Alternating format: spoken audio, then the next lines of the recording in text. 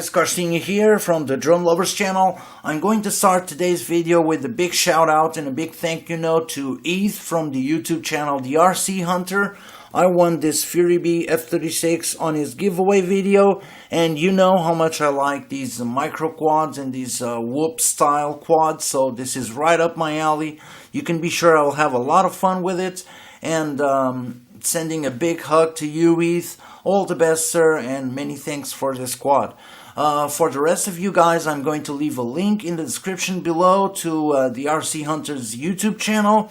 Go check it out, and while you're there, subscribe, because he has a lot of cool RC stuff and an awesome playlist of music on these videos. So don't forget the RC Hunter, the place to get your daily RC fix. Many thanks, Heath. On today's video, I'm going to take this JJRC H8 mini and I'm going to turn it into an ACRO trainer. And for that, we'll need one of these. This is an ST-Link version 2. I bought mine at banggood.com. It cost me around €5 more or less. And I'm not a programmer and my computer skills are a bit limited. But from what I understood, this will allow us to load different programs into circuit boards. It comes with a servo plug, and I cut the plug on this side so I can solder the wires directly on the flight controller, and this will allow us to load a different firmware onto the quad. The firmware that I'm going to load, it's actually dual mode. You can fly it either on stabilized mode or in full ACRO. And I just want to leave a little disclaimer before we start. Whatever you do to your quad is your own responsibility. I'm going to show you the correct way to do this. If you follow all the steps, you will end up with a quadcopter that will fly in stabilized mode and on ACRO mode. But if you end up breaking your quad or erasing the ship and not being able to download the new firmware, that will not be my responsibility, because I'm going to show you the correct way to do things. If you follow the steps correctly, everything will end up great. So just a little disclaimer for you guys. So I will disassemble the quad. We will solder the wires to the pads on the flight controller, and then we are going to my computer so I can show you the drivers and the links to the programs that we need to do this. So let's do it, guys. So guys, I've already took the screws out of this guy, so we can leave the propellers on, because it actually holds the motors to the top part of the body, and during the flashing process there will be no motor spinning, so it's safe to leave the propellers and the motors on the top part of the body. And you can see here, just see if this focus, you have these 4 tabs, and one says 3 volts, GND, ground, DAT, probably data, and then we have CLK. And I already tinned these tabs, and we are going to solder the servo plug wires directly to these, and I'm going to show you the order that we are going to solder things. So I have my soldering iron here already hot. Just clean it a bit. Sorry. Also already tinned the servo plug wires here on this side, and here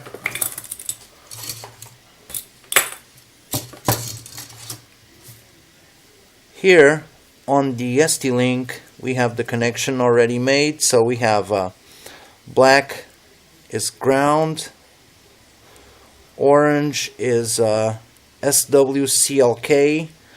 I don't know if this is focusing or not, sorry.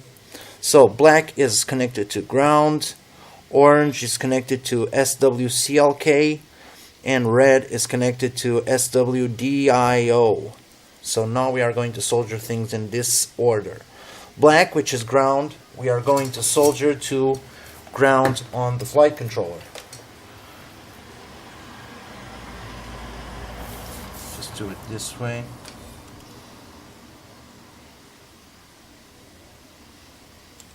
then SWCLK actually goes to DAT on the flight controller, because I think they they misplaced the tabs. And then SWDIO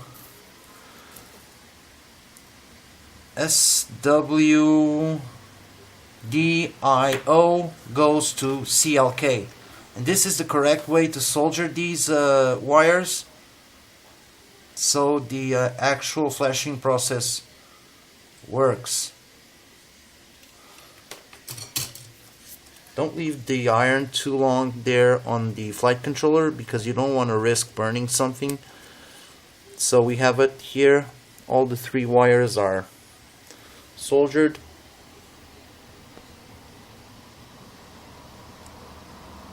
Don't know if you can see it. There we have black, ground, orange, DAT. That actually goes SWCLK on the ST-Link, and then red, CLK on the flight controller, SWDIO on the ST-Link. So now we are going to the computer. We will need a charged battery. I have a 3.7 400 milliamp hour battery, and we are going to do the flashing process. I'm going to show you the programs that we need. We are going to need some drivers also installed in your computer, and the actual code, the firmware to flash on the board. So let's go, guys. Let's do this. So guys, let's get into it. If you go to the description box, there's a part that says drivers and program links, and you have over there all the links with the drivers and the programs that you need to do the actual flashing. So the first link will bring you to this page here, which is the page where you download the drivers for the ST-Link. You go to the bottom of the page, press download, then you have to press accept. It will probably ask you to fill in some fields like your name, your email. It doesn't ask me because I already have the drivers on my computer, but you just follow the steps and it will install the drivers in your computer. The second link will bring you to this page, which is the ST-Link utility, which is a program that you will need for the flashing. Same process. Come down here, press get software, press accept, and then it will probably ask you to fill in some fields as well. Like I said before, I already have everything on my computer, so it doesn't show in my computer these fields that you have to fill in. Third link, this is the UVision. This is the actual program that is going to flash the firmware. You go here to MDK ARM, then fill in your name, your email address, fill all of this. Down here where it says which device are you using, you just type in STM, caps lock, STM32, and then submit, and it will download the UVision onto your computer. After you download UVision, it will probably open up a pack uploader that will upload all the packs that the UVision program needs to do the actual flashing. Just follow the steps. I don't need to teach you how to install a program or a driver in your computer, because that's a very simple process. All these 3 links is drivers and programs that you have to install, so very easy process. You probably won't have any problems doing that. The 4th link will take you to the page where you will download the actual firmware that we are going to flash, the dual mode firmware. And you go here to where it says clone or download, then download zip, and you will get the zip file for the flashing. Then you go to your folder where you have the things that you downloaded from the web. You can see here the first one, CP210 Windows drivers. These are the drivers for the ST-Link. Then you have the where is it SW004, this one here. This is the ST utility. And then you have the MDK524A. This is to install the UVision. After you do all of this, you go to the folder that has the actual firmware, the H8 Mini Blueboard Master. You click in SWCLK, and then there's this file here with the green icon that says SWCLK. You double click on this one, and this will open the UVision. While this is opening, I just have to tell you something that I totally forgot. If you have older versions of this quad, the H8 Mini, they did came with a green flight controller with a different board. And this process that I'm using today, it doesn't work for the green flight controller. It only works for the blue board, the more recent quads that came to the market. So if you have a green board, you probably will have to research another video on YouTube, the green board flashing process, because this process will only work for the blue board. Have that in mind. So after you click the SWCLK, it will open a UVision with the actual firmware here. And what you have to do is go to Project, Build Target, and it will start to build the target down here. Meanwhile, you have to go to the ST-Link utility, open that up. You get your quad with the ST-Link solder in it, and you have to connect the battery. This is the way that I do, and I find it easier to do this way. So you first connect the battery, starts flashing, then you grab the ST-Link and you connect it to your computer. Made that sound. Then you go to the ST-Link utility, go to Target, and hit Connect.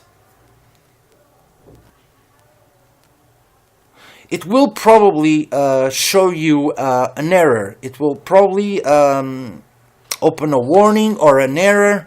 What you do if you run across this error, you go to Target, down here to Option Bytes. It will open another window, and up here where it says Read Out Protection, it will probably say Level 1. But what we want is Level 2, so you press Level 2 and then go down to the window and press Apply.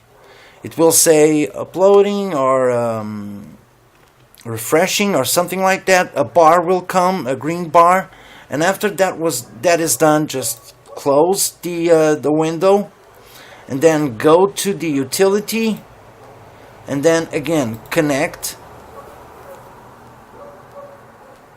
and it will open properly. Then after that you just go Target, disconnect, and it's already to go flash. You can close the utility, back to the UVision. It already built the target. You can read it down here. Build target, H blue, objects, 0 error, 0 warning, build time elapsed 7 seconds. That was fast. So you go up here to flash, hit erase, and now it erased the stock firmware from the flight controller. You can see flash erase finished. Then after that you hit flash again, hit download, and now it's flashing the firmware onto the flight controller, and you can see the flight controller is going nuts and the lights are blinking. And what this is, it's already done. The flashing is done. It's looking for a bind connection. So now let me just show you. I have the controller here.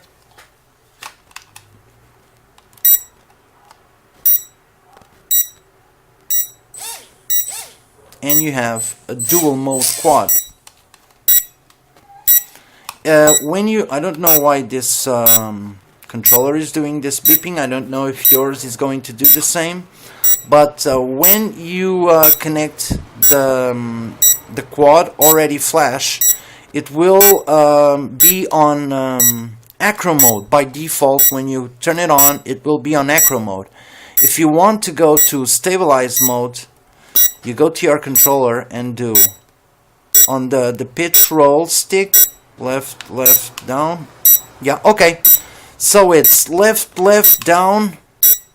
And to go to stabilized to ACRO again is right, right, down.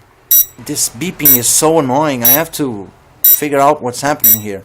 Now I'm just shutting this off because it's blowing my mind. And the actual flashing is done. So you can take the SD-Link out of your computer. You can close the programs.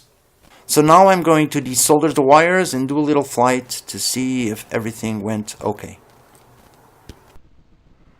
So guys, let me just correct something that I said before. I said that when you plug the quad, it will be on full ACRO by default, but that's not correct.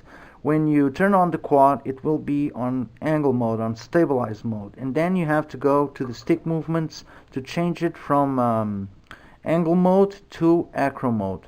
So now I'm going to plug the quad. You can still use the toy controller. I just prefer to use my FlySky radio with the multi-protocol module because it flies better. I can take more out of the quad with this radio. So now let me plug it in, bind it, and show you guys how to do the stick movements to change modes.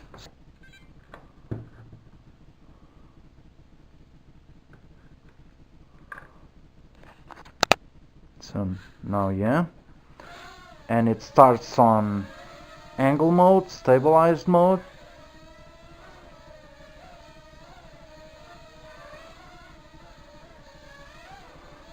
It doesn't have that crazy fast yaw anymore. It's more docile, but it still has some punch to it. Well, this battery is probably not fully charged. So now you can see it's on angle mode, stabilized mode. Let's change it to full ACRO. To the pitch and roll stick and go left, left, down. Lights are blinking, so now we are on full ACRO. Yeah, it's in ACRO, but I'm just not good at it. Okay, I got a roll there. Kinda. So this is the whole premise of this. You can, there we go. You can crash as much as you want because you have an inexpensive quad that it won't hurt you that much if you break something. It's actually now 10 euros on gearbest.com, so that's about $9 US. So you can buy a bunch of them and just keep crashing, keep changing quads, flashing them, and you'll have ACRO trainers forever. There we go. Prop guards.